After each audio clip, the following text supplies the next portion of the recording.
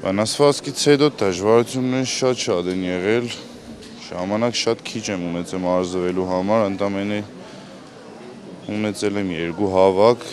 2 ամիս ժամանակ եմ ունեցել մարզվելու, բայց շատ քրտնաջան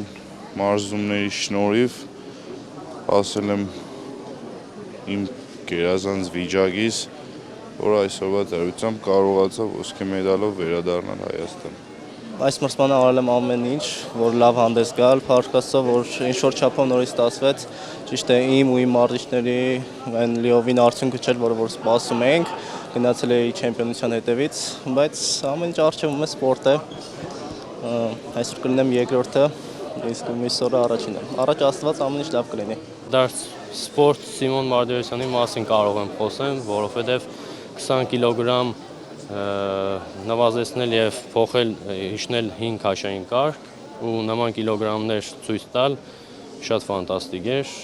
բոլոր արդյունքներից էլ գոհ եմ։